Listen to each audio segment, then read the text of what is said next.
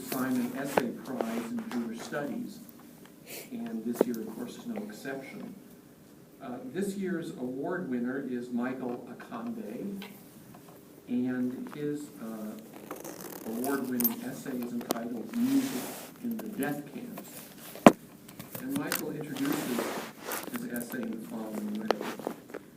The Nazi labor, extermination, and prisoner of war camps of the Second World War in Europe may be the last place one expects music to have thrived.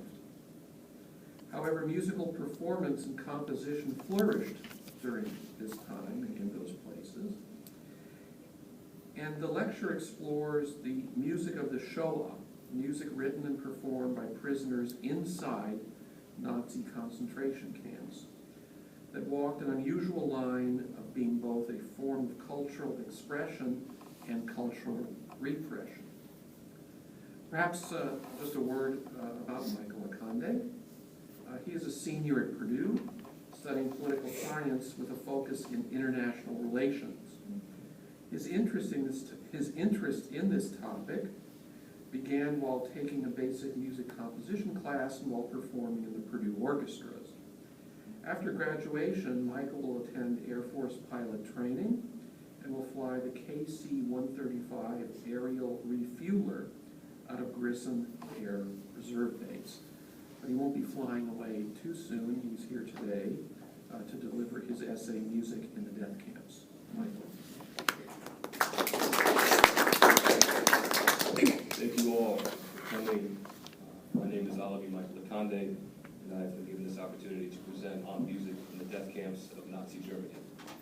So the term death camps formally refers to the camps that were designed specifically for human extermination by the Nazis.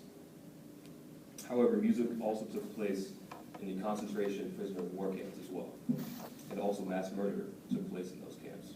Therefore, I think all of these camps are death camps. Thus, I've titled my presentation, Music in the Death Camps. Rather than providing a wide generalization of music that was experienced by those during the Holocaust, I've decided to focus this lecture on 4 areas. Music that inspired, the camp orchestras, marching music, and a composition titled The Quartet for the End of Time. When combined, these examples paint a detailed picture of this music of devastating circumstances. I think that music must be not only talked about, but heard to be understood and felt. When you listen to the recordings today, know that you are hearing the exact same thing that these culprits and victims heard during their lifetimes. In other words, unlike sight, which is limited by time, music allows you to experience the world as those living 70 years or 200 years ago once experienced it. I think it's also important to recognize the circumstances in which we find ourselves as listeners. The way that we can cherry pick these musical examples, typing in keywords and getting results at seemingly the speed of light, has only been available since the internet has been in existence. In reality, what we are doing today has only been possible in the way that we are doing it in regards to sound quality, it being free, and the ease of search for 15 to 20 years max. In other words, there have not been many lectures regarding the Holocaust that utilize the technology and resources we have available to us today. And it is both my pleasure to be given this opportunity, my honor, and to my deepest regret that this lecture must be given in the first place. Now to our first example.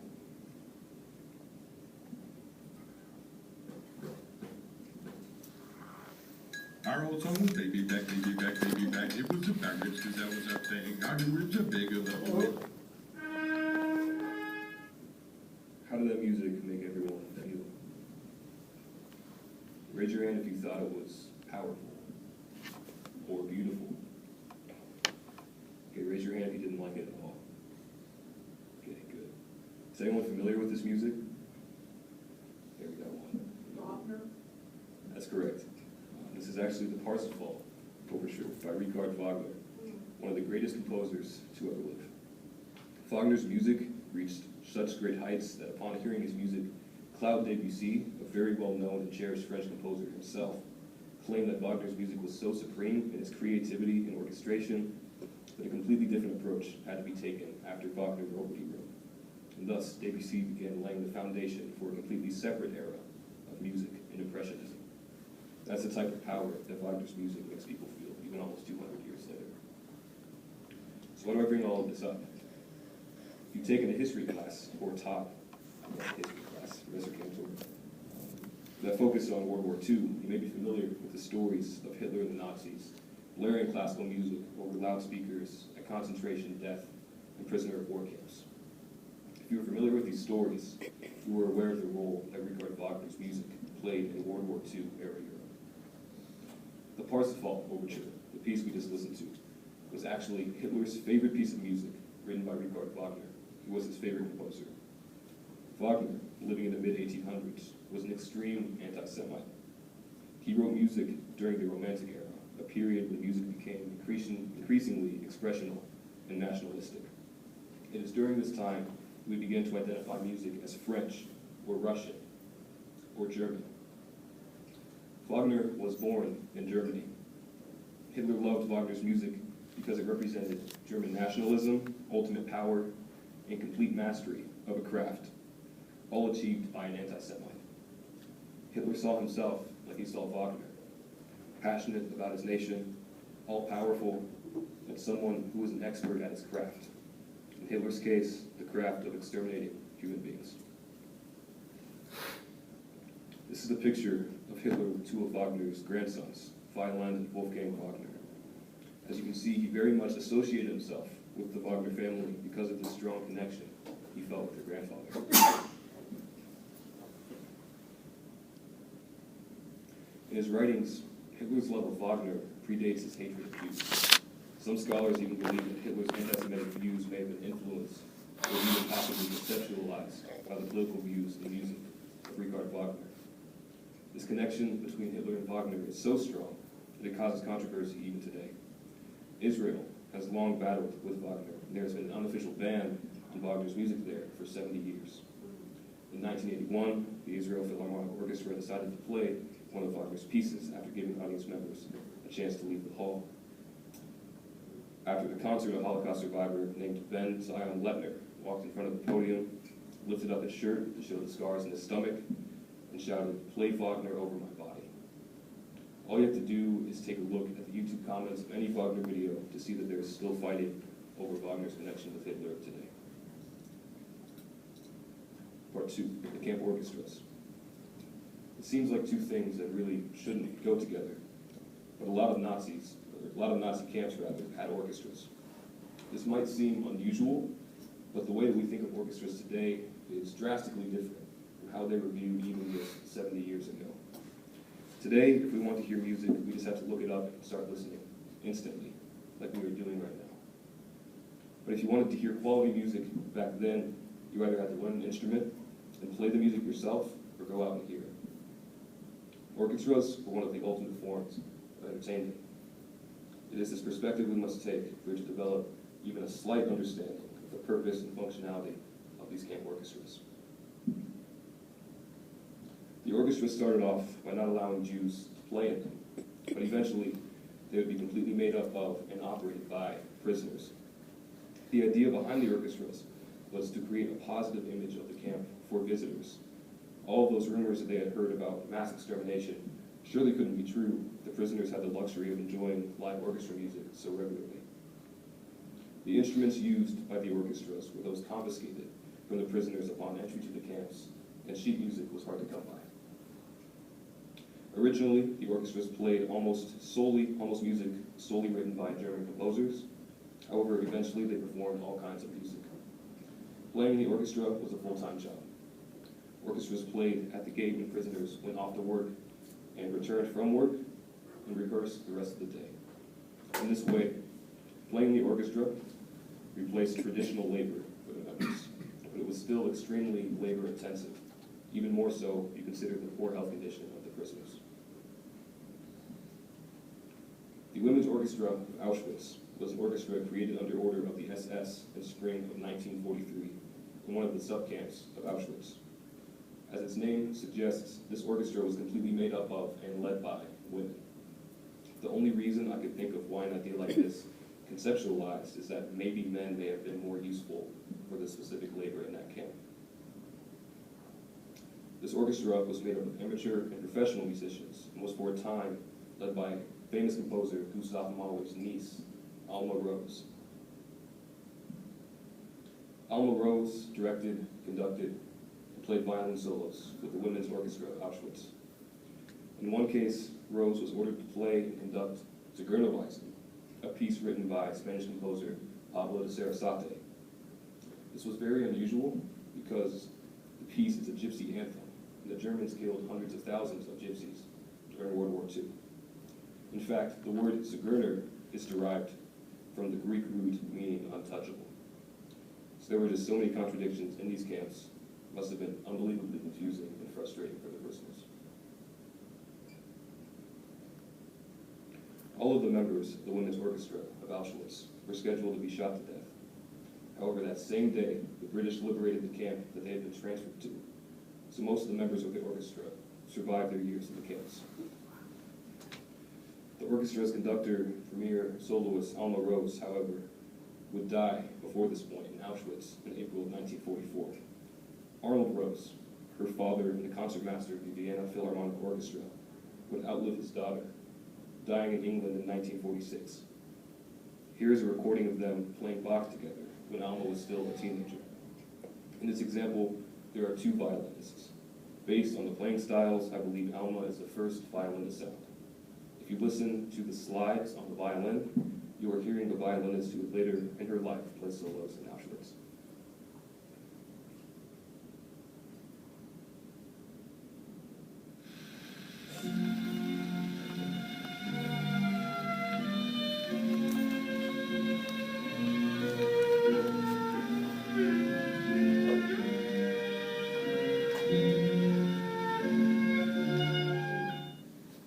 Ability to listen to that music.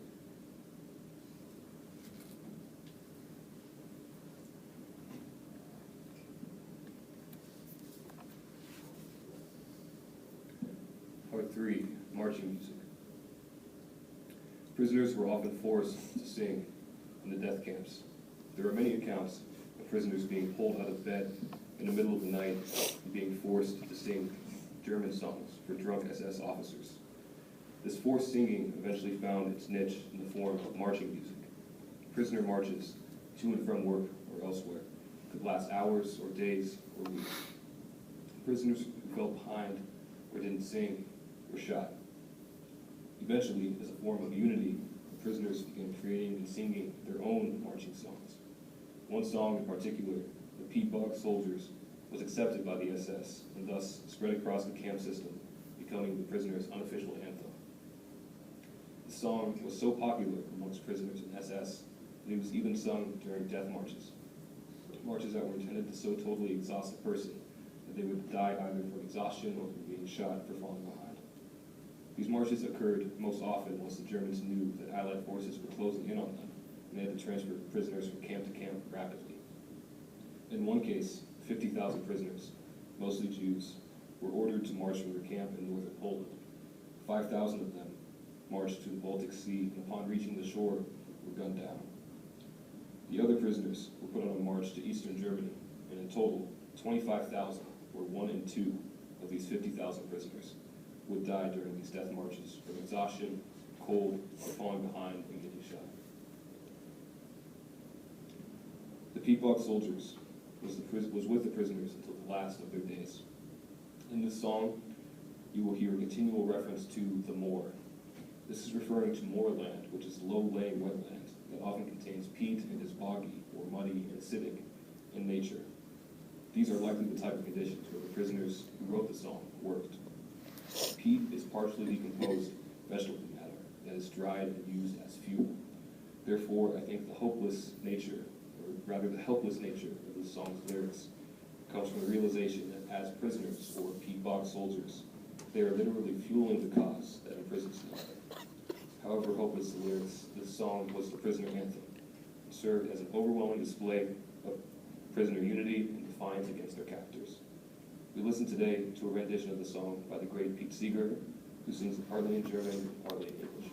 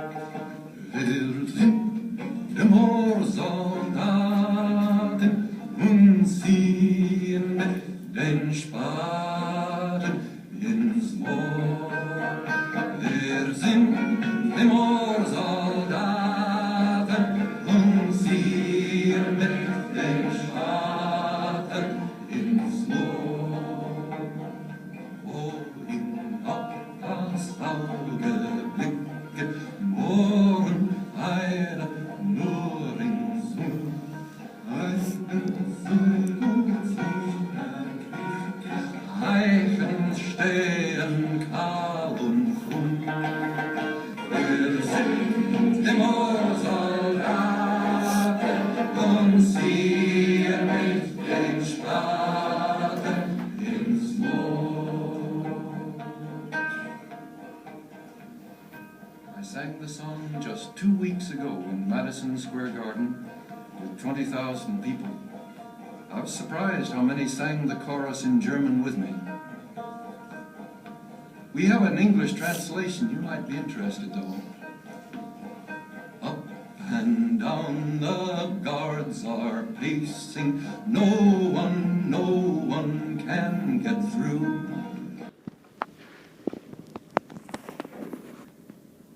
Part 4, the Quartet for the End of Time.